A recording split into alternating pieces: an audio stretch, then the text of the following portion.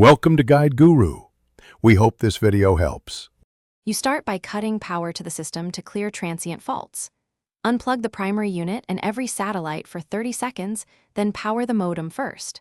Once the modem is stable, plug in the primary Google Mesh node and watch its LED sequence. This tells you whether it reached the ISP.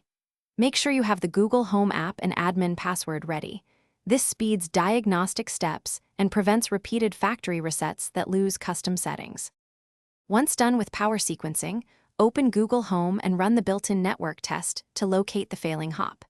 If a satellite is offline, reassign it near the primary and rerun setup. Signal and placement matter.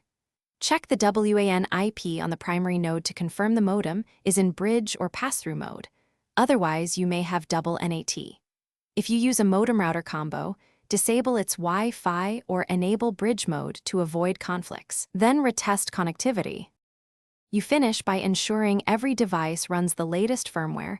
Updates often fix stability bugs. If a node still won't join, factory reset that single unit and re-add it from the Google Home app. This preserves other node settings. Make sure mesh channels and bandwidth settings match your ISP upstream.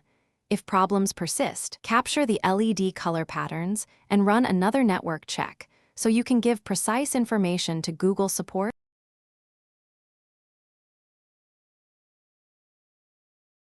Thanks for watching. Consider subscribing if we helped you today.